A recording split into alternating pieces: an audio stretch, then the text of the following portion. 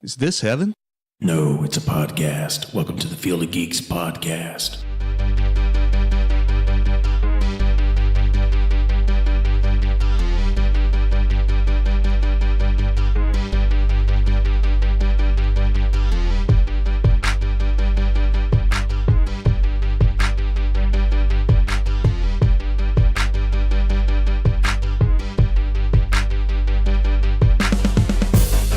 Hello and welcome to episode 116 of the Field of Geeks podcast. I'm Josh. I'm Steve. I'm Joey. I'm Megan.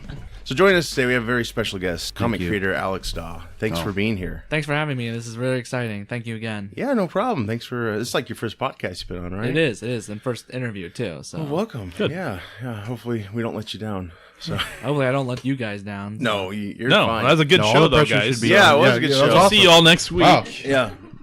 Off to watch Aquaman for the 10th time. All right, there you go. Jeez, really? No. Maybe. You don't know. You know my life. I don't know. So yeah, today we're going to be talking comics, of course. Yep. Alex, was gracious enough to let us read his comic, Empress. We're also going to review Spiderman Into the Spider-Verse and Aquaman becoming a billionaire. So let's get started. Spider-Man Into the Spider-Verse. What were your concerns and what did you think? Honestly, I really didn't have any concerns. I was, my wife went with me, and it was surprising because we were just going to go. I thought we were going to see Aquaman.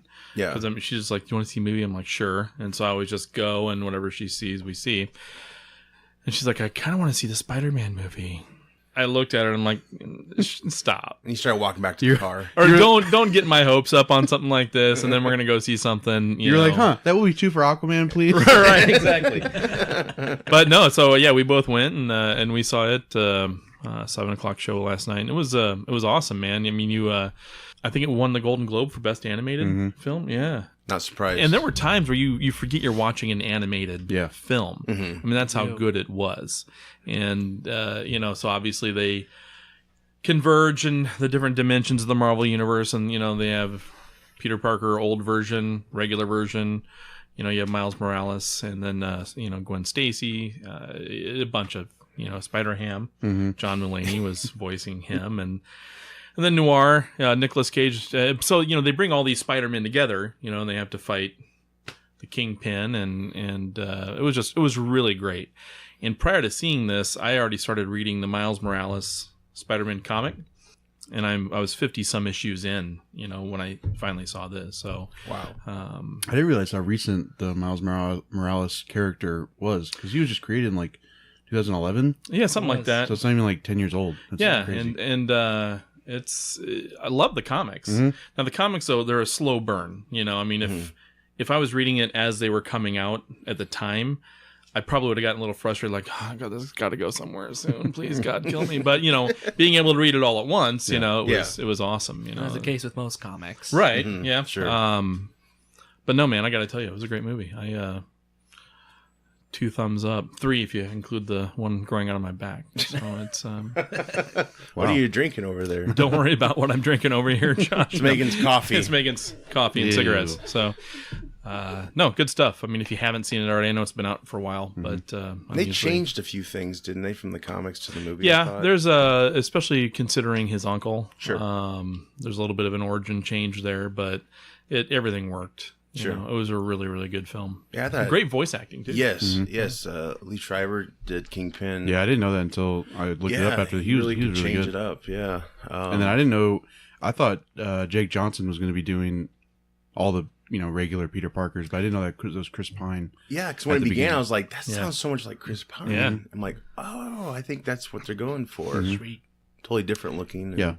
And That I was got to neat, tell you, too. my favorite voice acting on the whole movie was the older Peter Parker. It was played by the guy who was in New Girl. Jake Johnson. Yeah, Jake Johnson.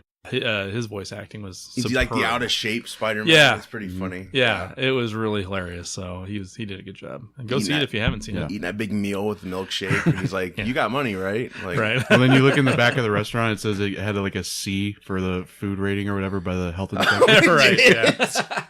Yeah. I loved all those like little Easter eggs. I've seen it twice now, so I got to like look for Get to pick it up more. And I caught it the first time, but when he flashes back to Uncle Ben or whatever, yeah. that's the guy from the first Spider-Man movie with Tobey Maguire, the guy who actually played Uncle Ben. Yeah. Oh, That was him giving or they like used the archive oh, that's really cool. voice Yeah. or whatever.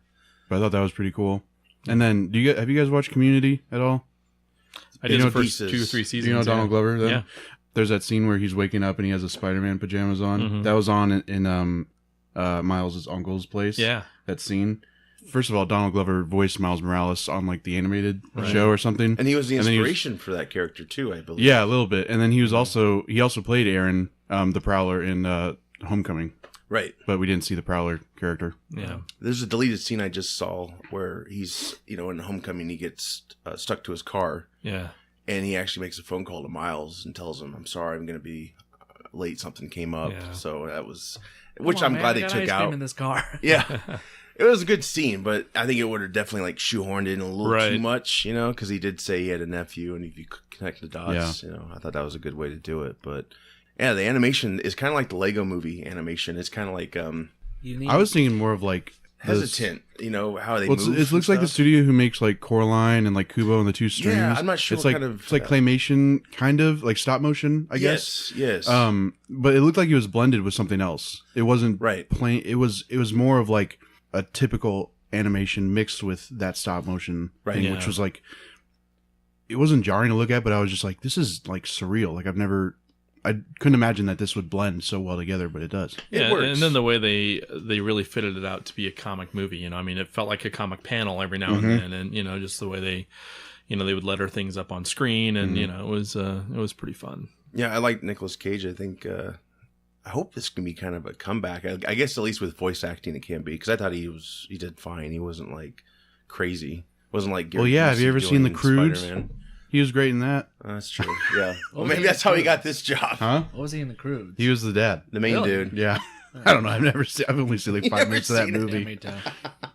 Typically, I stray away from a Nicolas Cage film, but no, this was good. Except for Con Air. Except for Con Air, I was horrible. What? That was terrible. What about John Cusack? He was cool. No, it was a paycheck film. Let's be real. You think Malkovich was a paycheck for him too? I never saw that. Oh.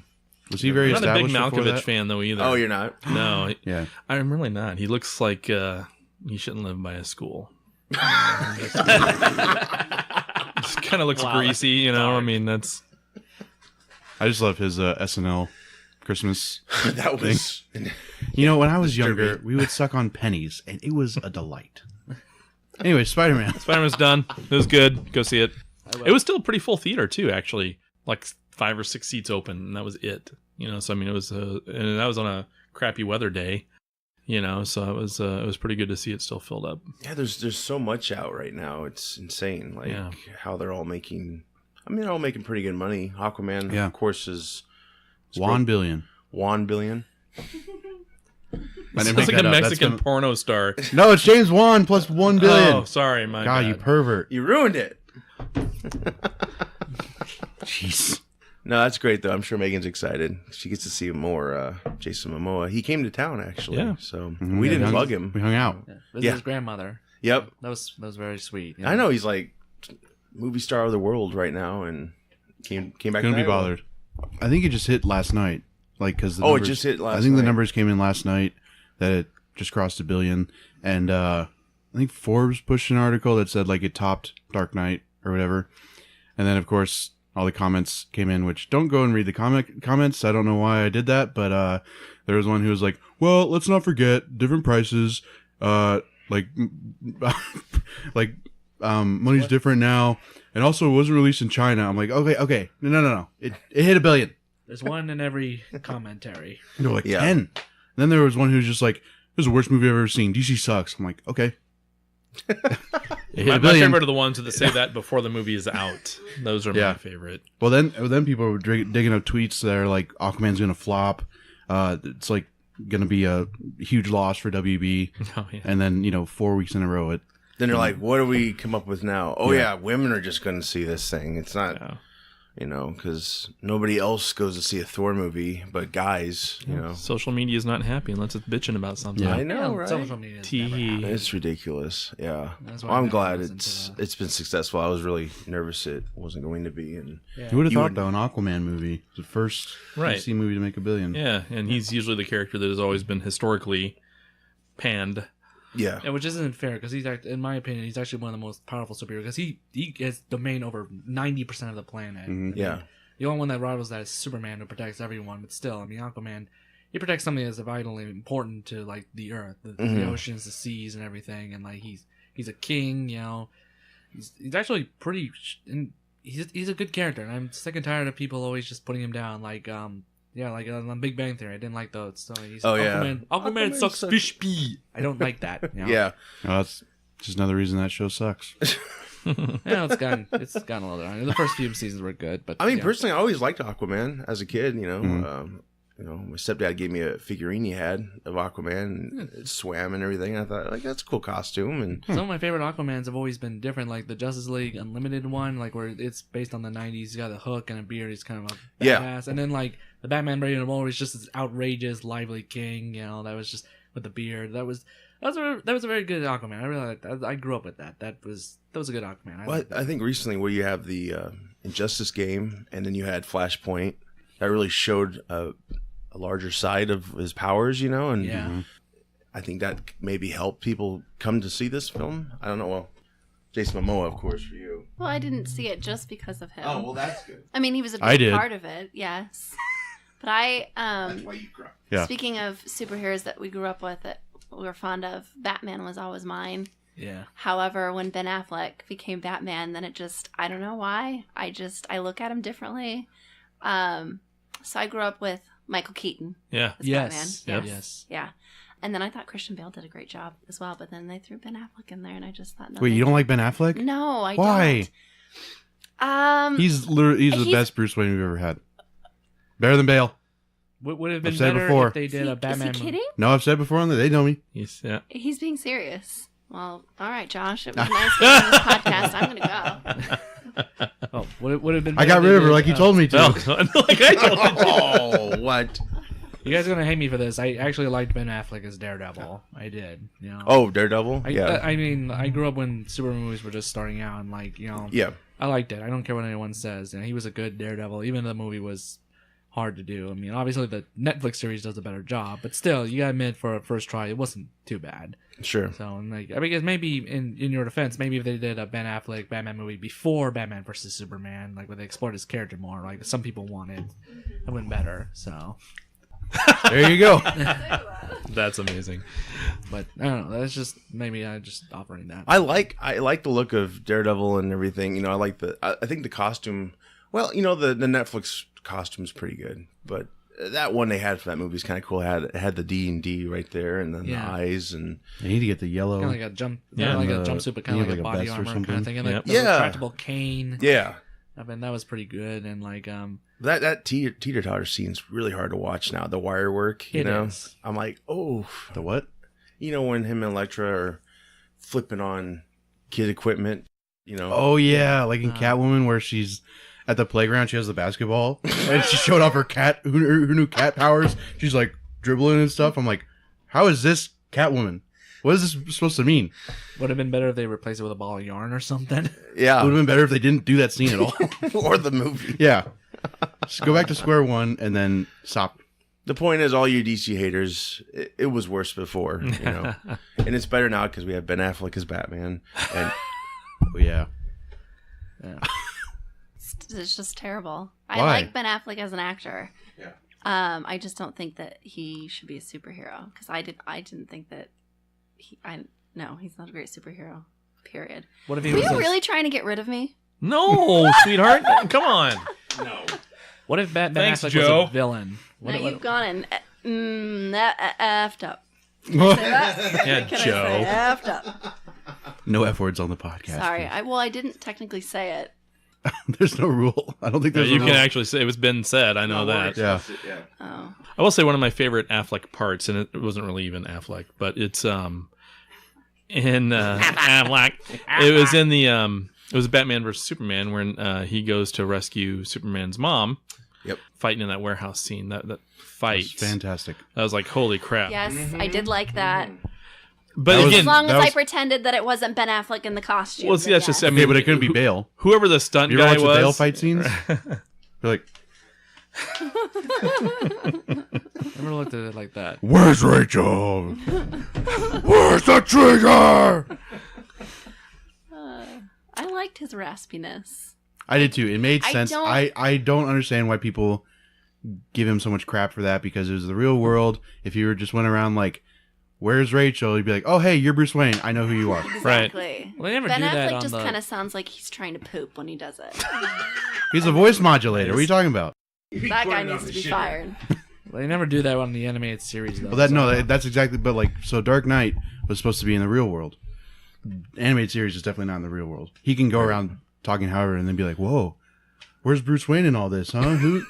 Who are you? Well, it's the What's going same. on? It's the same concept Where of is he? only glasses separates Clark Kent from Superman. Right. You know? I mean, Right. that's, you got to suspend it. I mean, if you're gonna get that granular in your critique, you shouldn't be watching a comic book movie, because if you can't suspend belief a little bit, Yeah. get the hell out of the theater. Right. Yeah, I'll tell you though, Michael Keaton. Do you follow his Instagram at all? Oh man, No, is it good or bad? it's great. Oh, okay. He The way you said, "Oh man," I was like, "Oh no."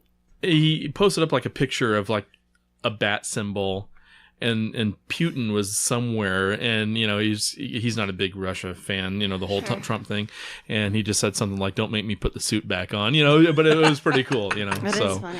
yeah, Don't make me get the bat throw back out. I'm not sure who's my favorite Batman, but I definitely like the Michael Keaton, or like at least the first two.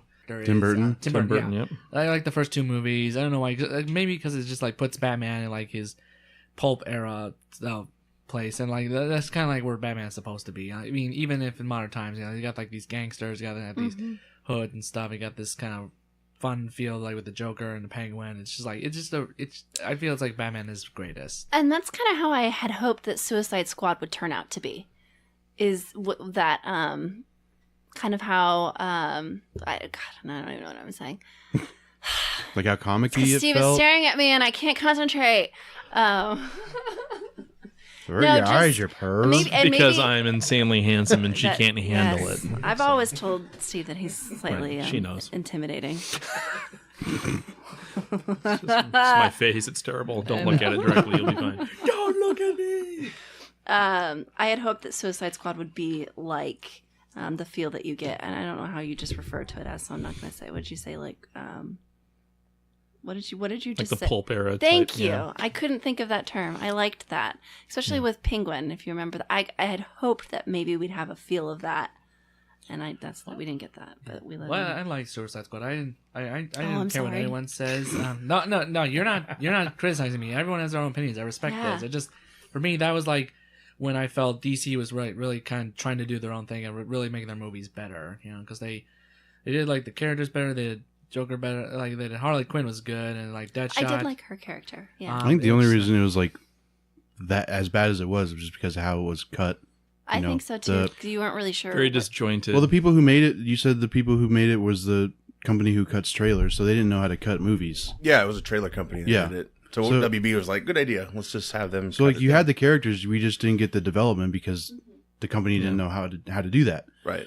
I actually just watched it maybe a month ago because I was like getting ready for Aquaman, and I still enjoy it as much as I did. Like it's an enjoyable movie. It's not up there with like Man of Steel or BVS or now Aquaman for me, but One thing I liked about it was like how like the relationship between Harley and Joker was a bit more mutual than it is in the comics, which you know, I know some people and fans don't like that, but like it's nice to see that, you know, like in this scenario, you know, at least there's some mutual thing on it, like when Harley Quinn, you know, falls into the van, Joker's like questioning whether or not to jump in there, and she's like, screw it, and he jumps in after her. So it's different, but like, you know, I liked it, you know. I like the extended cut the best. Yeah. I think that suited. even though it's like only BVS. 13 minutes extra or something, but You it get still that- adds that. Adds a little more. You get more of Harley Quinn before she was Harley Quinn. Also- as the Doctor chasing him down and stuff. Also, the scene where Batman arrests Deadshot, that made the movie for me. Yeah, because the way he swoops down and just That was it good. looked like he was out of the animated series. Well, and it also like, reminded me of that first shot of Keaton as he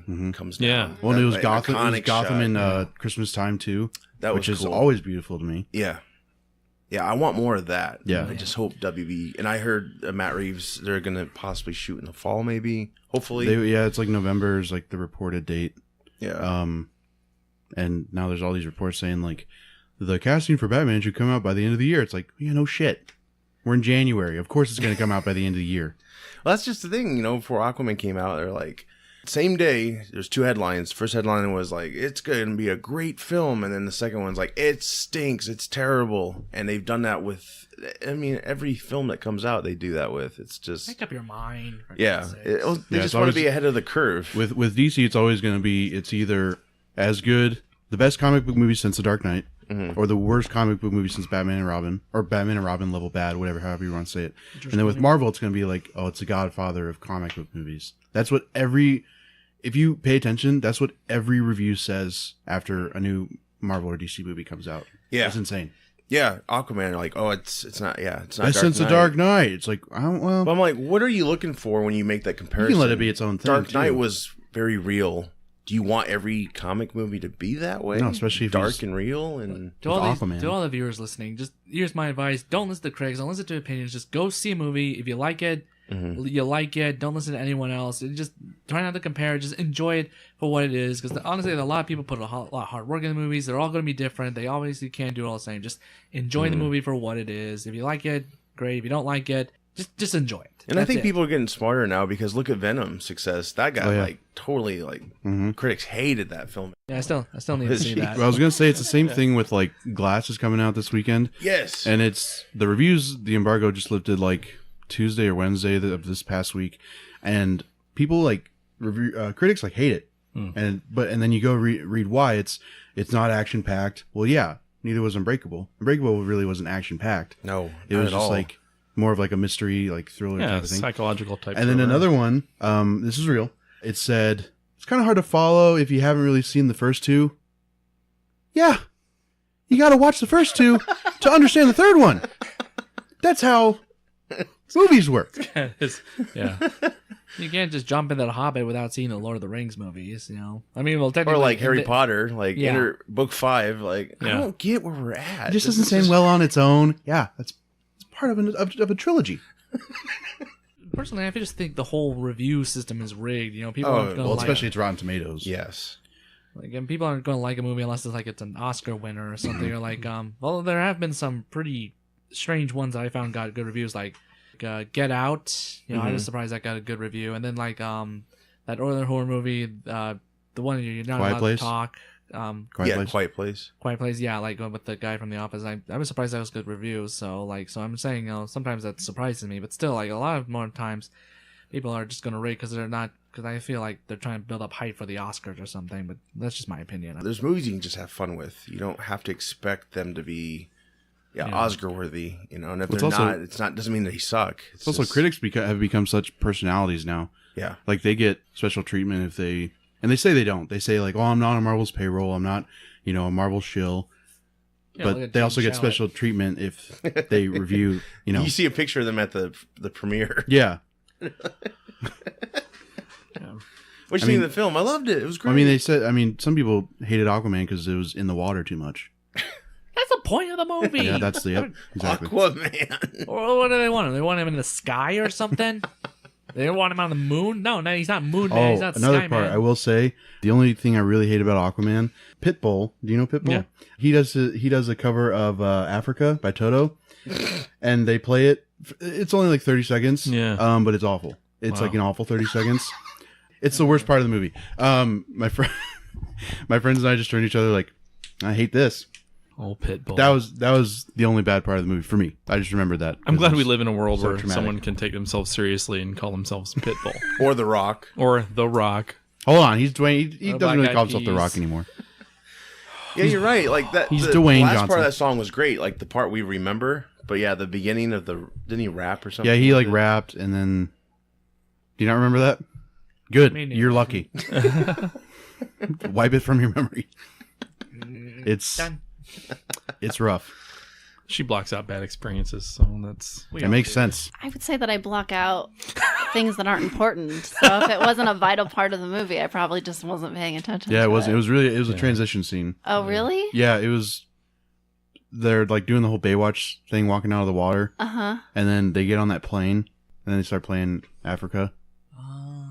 I mean, I remember that, but Yeah, I guess I don't remember it at the same time. No, yeah, you're lucky. I wish I could not remember it. I've seen it twice now, and it's awful. But then it does a good job of just going back into the movie. Do we know where this song is on the charts with Pitbull? 0. 0? That good, huh? Or whatever the top. It's 0 because nobody remembers it in the movie. That's good. Nice. It's like the R. Kelly song "Gotham City." Oof, Remember that, yikes. Jim? That's a good topic right now. Oh, I didn't think about that. Whoops. Is that from the Lego Batman movie? It's from Batman and Robin. Really? He goes, Gotham City. Oh, yeah. It's been a while since I've seen that. So. Yeah. Wearing a cowboy hat on a motorcycle, I have no idea. riding through New York. I've only 'cause seen where Gotham he isn't just real. belts out Gotham City for no reason. Well, we've been talking about all these comic movies and stuff. How about we go to the source of where this all began? Movies. Take us there, Steve. Comics. Comics. Comics. So one thing that's going on recently, I don't know if anyone here uses Comixology to read comics online. Sometimes. They have an unlimited service, and they've had one now for, I don't know, a year or two. It's $5.99 a month. It's primarily just more indie comics. Marvel jumped on about a year ago, and so there's a lot of different Marvel comics that you can read on there. And so for me, that was why I got it. And then I got Marvel Unlimited, and I'm like, well, they got 20,000 comics. I don't need Comixology Unlimited anymore. I'm getting ready to cancel. DC is now on Unlimited. Yeah, I think I just read about that. Now you have that, and then DC's own app, the DC Universe. There's more DC comics on Comixology than there is on their own app, but it's worth it. I mean, if you want to, they have a ton more stuff. So, I mean, I've been diving into a lot over the last few days. As a person with no life, just being able to do that. But yeah, it's a pretty cool thing. So if you're out there using it, or if you're, if $6 is a good cost for someone for a month, you can read just a crap ton of cool things. I would recommend it for people that are trying to save money on comics. They don't want to go to the store every week, or they don't want to spend $50 a month on new stuff. There's a whole ton of stuff out there, and it's $6, and it's basically like a borrow system. You can borrow the comic, you read it, you return it, because you can only borrow, I think, up to 50 at once, which I found out. Oops. But yeah, it's pretty cool. So I wonder what that means for the DC Universe app. Like, are they going to be able to build up more comic inventory? Or? Their library is still like not completely full. It's weird. Yeah, and they're adding to it, but they still take stuff away a little bit. And and DC's way more financially needing, I feel like, than Marvel is, because like the Titans for the Rebirth series, the whole Volume 1 is out on Comixology Unlimited, but then it skips to Volume 3. So, I think their ploy is, well, if they want to really keep going, someone's going to have to at least buy one of them, right? Right. And there's nothing wrong with that.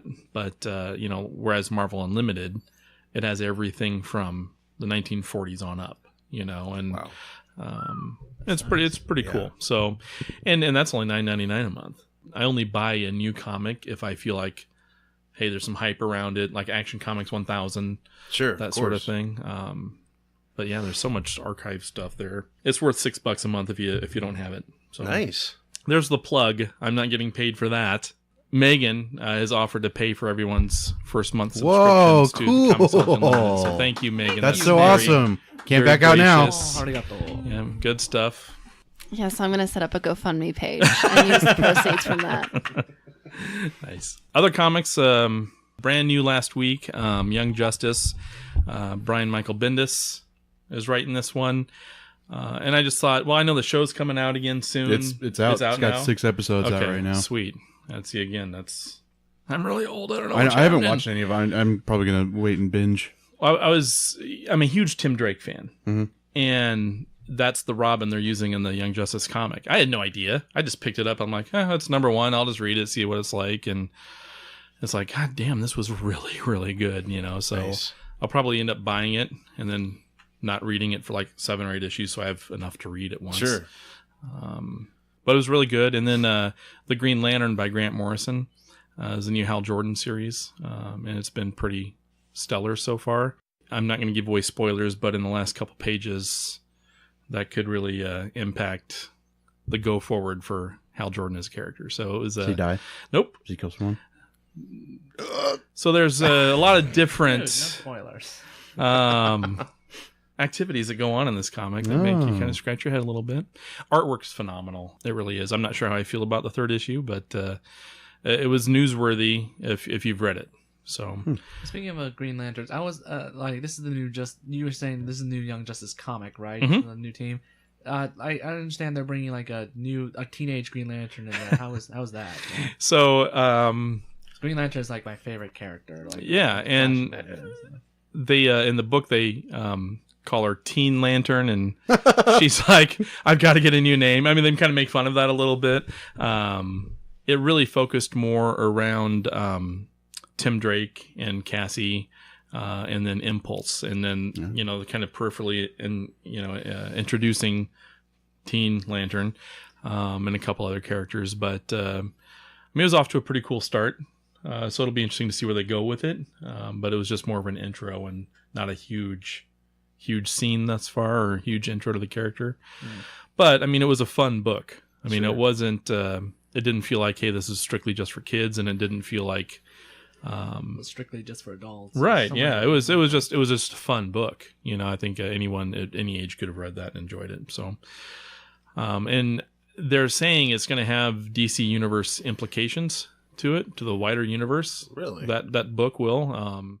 That stuff hasn't happened yet, but they alluded to a few things in there that was pretty cool. So, and Brian Michael Bendis, that guy can't do any wrong, in my opinion. So he's doing a really good job. Yeah, since he's been to DC, he's... hasn't even been a year yet, right? No, it hasn't even been a year yet. I mean, it might have technically been a contractual year, but as far as the stuff that's been out, not quite. And, he's the one who created Miles Morales. We've been talking about, and just a phenomenal Marvel run, and so far so good on DC. You think they'll adapt some of what he's come up with for a possible Green Lantern movie whenever that happens? I don't know. About 30 years, so yeah. From what I hear, like, they're changing it so it's going to be Simon Baz and Jessica Cruz, which, if that's true, I'm looking forward to that because Jessica Cruz is like my favorite Green Lantern. She's the most relatable. She most defies what it means to be a Green Lantern by constantly overcoming fear. So, but again, like, comparison with like other movies, we haven't really heard much, so yeah.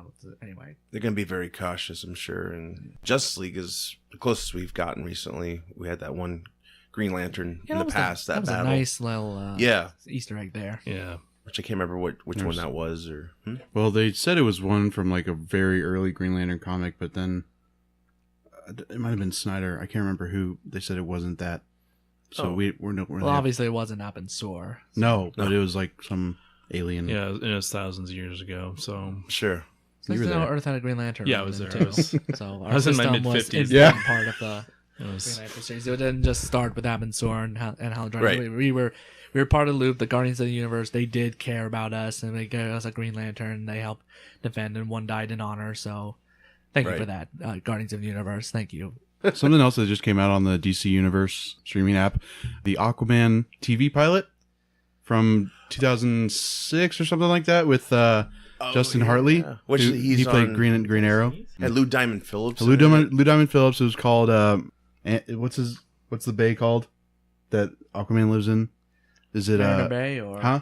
Is it Mariner Bay? Or? No, it's oh god, I can't remember. Green Bay. There's something stupid. Like all I've seen was like just Justin Hartley shirtless in the water. I'm like, is this supposed to be Aquaman or is this like promotional tease? But I think it's on the DC Universe app. I want to check it out and just experience how awful it was.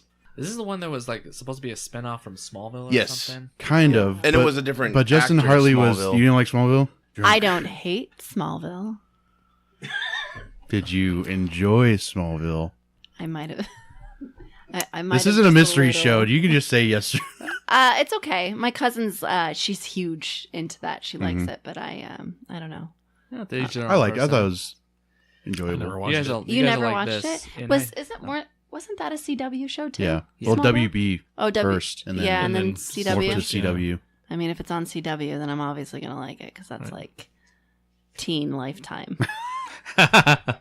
That's true. You guys are like this. In high school, I had Shakespeare class, and my Shakespeare teacher was such a huge Superman fan, and he openly admitted he had a guy crush on the guy who played Superman in Smallville. Tom Welling? Yeah, I believe it. He's a beautiful man. Yeah, it was just like He's a very, very handsome. We just constantly talk about it. It was just, like so funny. Constantly. Well, not constantly, but like he would. Good morning, class. I still have a crush on Tom Welling. Tom Welling 101, everybody. Isn't this math? Shut up. It was hilarious to see like someone have that much big of a crush on a Superman actor. So that was a 10-year run, Smallville, and they have a comic of season 11, I believe. I don't. Yeah, I read it. They I introduced forgot Batman it. So and Wonder that Woman. shows how good it was. Green Oh yeah, Lantern. they had Batman on there. He looked so dumb. Really? Yeah, they had Batman, Wonder Woman. They had I think they had James Gordon's daughter as Nightwing. Oh yeah, Barbara Gordon was Nightwing, Barbara and Gordon, she that's dated Dick Grayson or something. Really? Yeah, They went all out. Yeah, they just for said season screw it. 11. Right after they got canceled. Oh my gosh. They had But yeah, Jake Garrick. the hang myself with. yeah.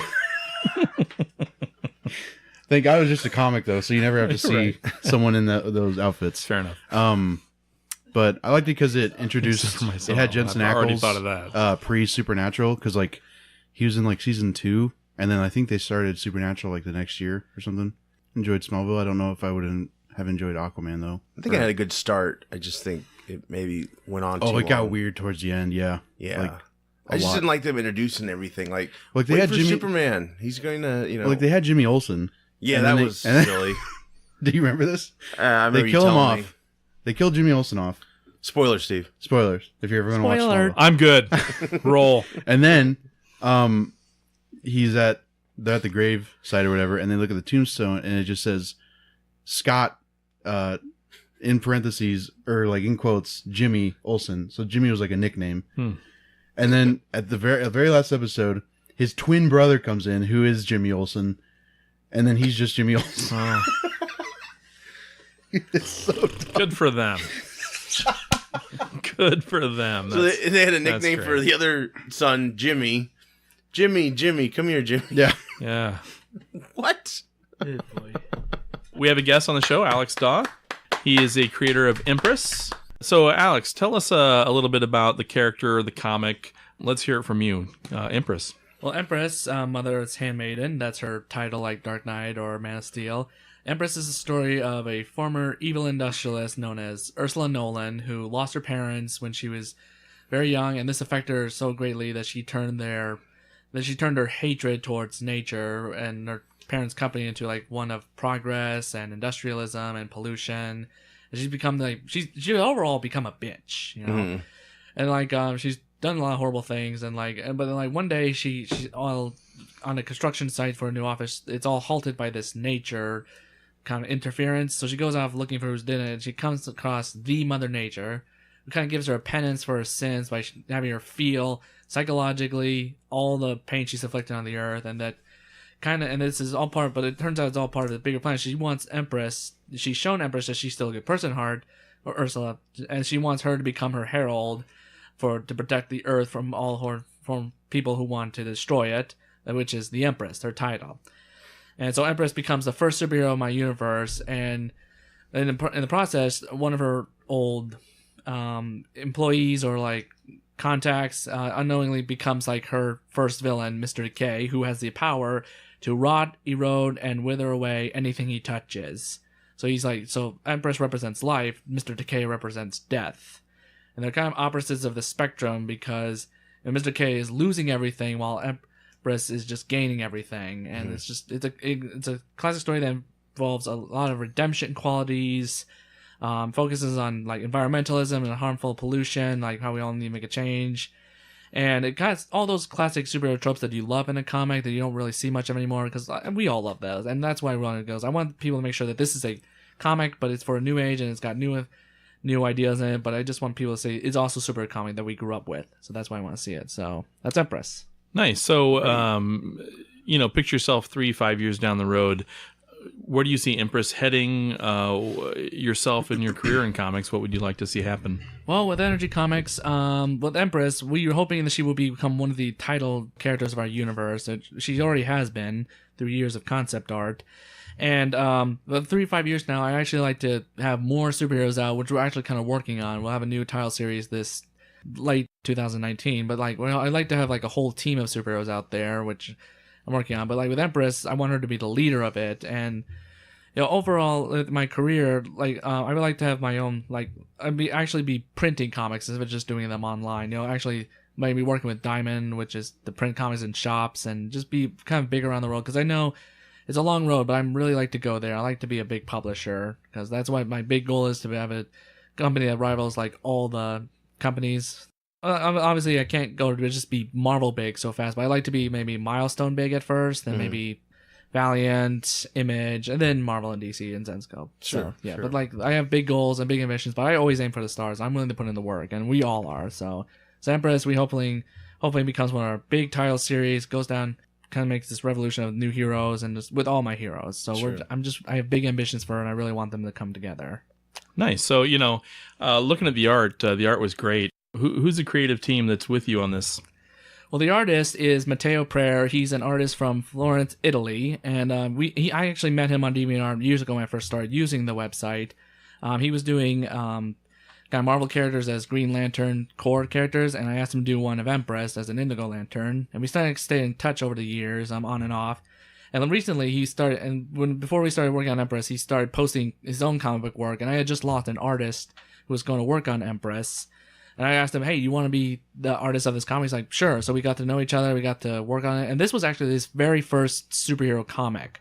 He's always done horror and fantasy stuff, because that's what he likes. But this was a learning experience for him. So we were he helped bring my vision to life. So I am always thankful for that. And the editor-in-chief is my friend Webb, who has made me a better writer, because he is a bit hard ass. He grills me on things that I mess up or don't make sense, and honestly, because of all that, I've grown. And if I can offer anyone who wants to be in comics, don't find someone who's going to be a yes man. Find someone who's going to grill your ass, who's going to point out all your mistakes, because you will grow and you will be a better writer for it. And honestly, these people will help you better than all those fans who say, oh, this is great, I love this, you should do more of this. Yeah, right. So really, that's great. So that's my creative team. But we started issue 5 on online for Empress, which actually is going to be Matteo's last issue, because he has new opportunities coming up, like a storyboarding for a new comic series in Italy.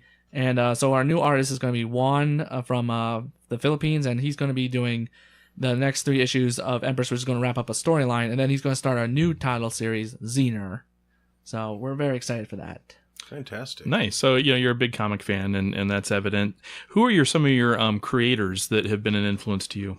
Well, obviously, I'm not just saying this because it's a tribute for him. Obviously, Stan Lee, because he created so many characters, and he's one of the icons. But he's just a fun guy, and he's legendary with all these characters. And obviously, when I want to get comics, I said I want to create as many as him, maybe more.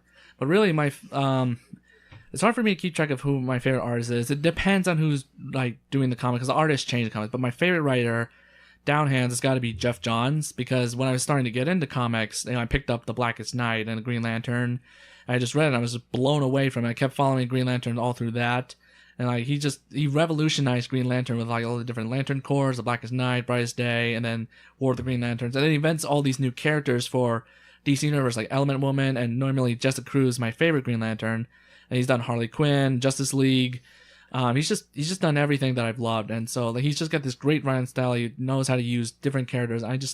He's my hero on that. So nice. Your comic series is online currently. Where can people find it?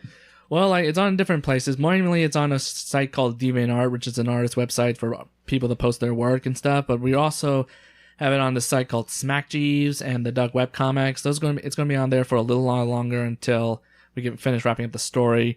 And also, we're in the process of putting it on Webtoons and Tapas. So we got the first issue on there. We're going to putting the next 3 on there. Also, we have a Patreon, which we're always accepting new Patreons. We're pretty cheap, and we got good deals. We're trying to put more on there for our creators, and it's Patreon, NRG Comics. So just look us up right there. So if you, especially because that's where the new pages post first every week. So you want to see them before we post them for free. That's where you go see it. You see Patreon because that's where we put all our stuff. So yeah, nice. What about Facebook, Twitter presence, anything like that? Oh yeah, like we have a few websites. We have Facebook and we have Twitter. Those are big ones. We're still trying to get more readership for that because everyone's using that and it's hard to compare. But we're usually in the meta. We're trying to make, and we've gotten to a lot of followers. And so if you want to follow us on Facebook or Energy Comics or Twitter, like Energy Comics TM, that's where you can find us. So yeah, subscribe to us, follow us. We would really appreciate your support, and we promise we will not let you down with what we have. I read it myself, and Captain Planet came to mind when I was reading it. I like that. And I think we lack that right now. We do. The intention to environments, and I really related to that. Yeah, when I first got Empress, I got a lot of comparisons to Captain Planet, which honestly, that wasn't my intent, because I didn't think of Captain Planet until after people started pointing it out. But yeah, it does have that quality to it, and honestly, the environment is something that's important to me, because there's obvious evidence that we need to make some changes, and people are making some changes, we need to do more. That's one thing I want to do with my comics, is kind of put an important message in each of them. With Empress, it's environmentalism, and just showing how all these pollutions and stuff just harm our environment. I really want to show people that we can make a difference. And I love superheroes, so that's why I gotta show it through with superheroes, because everyone loves those. Right. And I love your transition from the past to the present. It just, as I was reading it, I could envision it in a CW TV concept or even a movie, just how well you transition to, especially the sceneries and all that. And it's funny because sometimes when I write my comics, that's kind of how I picture them, kind of in a movie station or a TV show, how they're doing it. And because I do want those to be adapted, and my comics to be adapted for those, because honestly, those would be big hits. But I mean, if it happens, it happens. I'm not in it for the money. If I want it to happen, I want it to, because it'll happen. And I've thought about who I would want to play Empress, and my first choice is actually Christine Carlson Romano, who people remember as the voice of Kim Possible, or who was on Even Stevens. It's just people like that. But when it happens, it happens. But I do want it to happen. But that sometimes when I create a comic, that's what I'm thinking of, how I could adapt this to real life. Sure, be played by real people. And it's a good exercise, because if you do that, then it kind of makes it seem like more of a real comic, because it could happen in real life. If that makes sense. I really enjoyed it. No, I thought it was good. Thank you. Yeah, and I was going to ask you where else you were intending to go, but you just explained it in the beginning, because when I read it, you get to the part where she's with Mother Earth, I think is what you said she was. Yeah, and then I thought, okay, what's going to happen from here? So, but you've explained that. Yeah, I got big plans. I got a whole rogues gallery for her, interactions with all my other superheroes once we get them out.